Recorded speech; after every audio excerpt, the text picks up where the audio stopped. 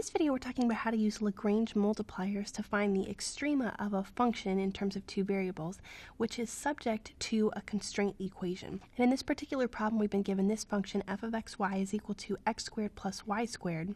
We've been told that this function is subject to the constraint equation 2x plus 6y is equal to 2,000, and we need to find the extrema of this function. Well, the way that we're going to do it is using Lagrange multipliers, and the process that we go through when we use Lagrange multipliers to find extrema is always going to be the same. The first thing we want to do is rewrite the constraint equation to make it an equation for g of xy. So what we'll do is we'll transform this equation, we'll subtract 2,000 from both sides. When we do that, we'll end up with 2x plus 6y minus 2,000 is equal to 0, and we'll replace that 0 with g of xy. So we'll rewrite this constraint equation as g of xy is equal to 2x plus 6y minus 2,000. That's always the first thing we do. The next thing we're going to do is find the first order partial derivatives of both f and g. So we're going to say the partial derivative of f with respect to x, we're going to say the partial derivative of f with respect to y. We're also going to need the partial derivative of g, the function g, with respect to x, and the partial derivative of the constraint equation g with respect to y. So we're going to find these four first order partial derivatives. Let's start with the partial derivative of f with respect to x. Taking the derivative of x squared plus y squared with respect to x, we just get 2x. Taking the partial derivative of f with respect to y, we just get 2y. The partial derivative of g with respect to x is just going to be 2, and the partial derivative of g with respect to y is just going to be 6. Remember that when you're taking the partial derivative with respect to x, you treat y as a constant. When you're taking the partial derivative with respect to y, you treat x as a constant, and so that's why we end up with the partial derivatives that we do.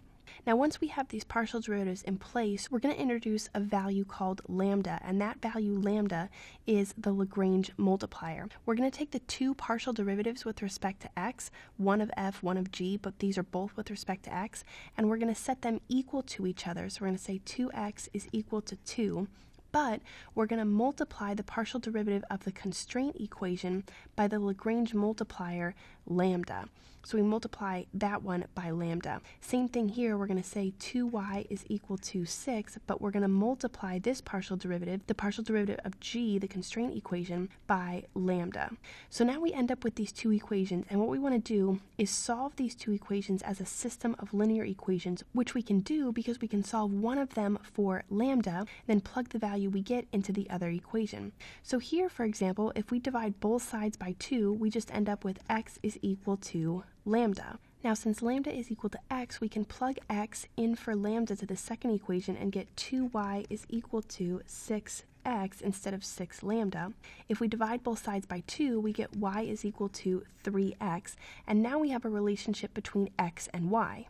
Once we have this relationship between x and y, and we've got it solved for one of the variables, in this case we have it solved for y in terms of x, what we can do is take this y value here, in this case 3x, and plug it into the constraint equation. We'll go back to this one here, plug it into the constraint equation here for y, so we'll be able to solve for a value of x. So when we do that, we'll get 2x, going back to this constraint equation here, 2x plus 6y, so 2x plus 6, and then instead of y, we said y was equal to 3x, so instead of y, we'll plug in 3x, and that's going to be equal to 2,000. Now you can see that we have an equation in terms of just one variable that we can solve for x. So we get 2x plus 18x is equal to 2,000, 20x is equal to 2,000. Dividing both sides by 20, we get x is equal to 100.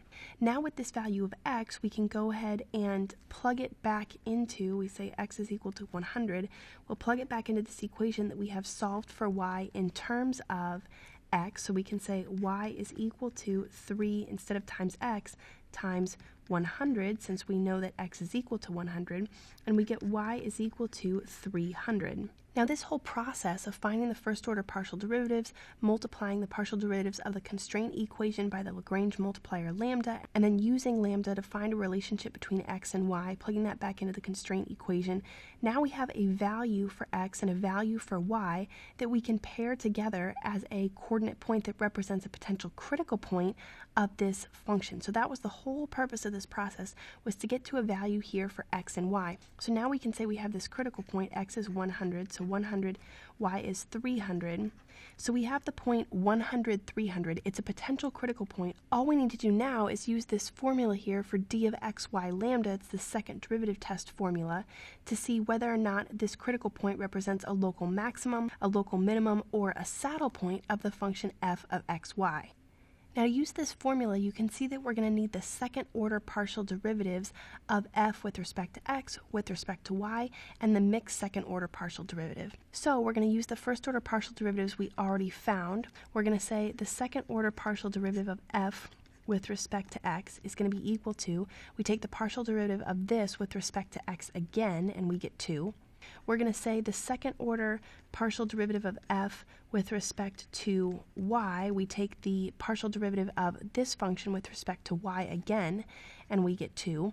And then we're looking for the mixed second order partial derivative. So that's going to be the mixed second order partial derivative. What we'll do is we'll use the first order partial derivative with respect to x, and then we'll take the partial derivative of this with respect to y. Well, the derivative of 2x with respect to y, because there's no y variable involved and we treat x as a constant, this is just a constant, which means the derivative is 0. Now the values we have here, we're going to say we have this second order partial derivative of f with respect to x. We're going to plug it in right here. We have the second order partial derivative of f with respect to y that we're going to plug into our formula right here. And then we have the mixed second order partial derivative of f, which we're going to plug into our formula right here. So when we do that, we're going to say d of x, y, lambda is going to be equal to, plugging in 2 in this spot right here, plugging in 2 in this spot right here, and then minus the mixed second order partial derivative squared. Notice in the formula here we have to square that value. What we get is 4 minus 0, or just 4. Now here's how you use the second derivative test. Depending on the value you get here, that's going to tell you whether or not 100, 300 represents a local minimum, maximum, or a saddle point. If this value is less than 0, then this critical point represents a saddle point of the original function.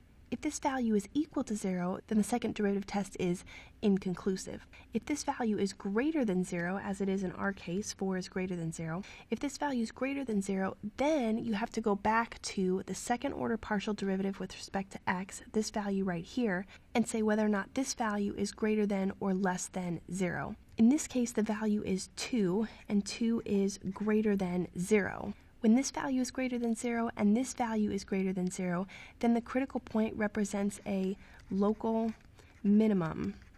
If this value had been less than 0, we would have had this value greater than 0, this value less than 0. That would have been a local maximum of the function instead of a local minimum of the function. Now keep in mind that sometimes the value you get here and the value you get here, they're not going to be constants. They're still going to have variables involved in the second derivative, or variables involved here in the equation for d. If there are still variables involved, then that means you have to evaluate those values at the point 100, 300. But in this problem, we just ended up with constants, so we can go straight to looking at, are these values greater than or less than 0? And because the value of d was greater than 0 and the value of the second order partial derivative with respect to x was also greater than 0, that means that the critical point 100, 300 represents a local minimum of the function f of xy.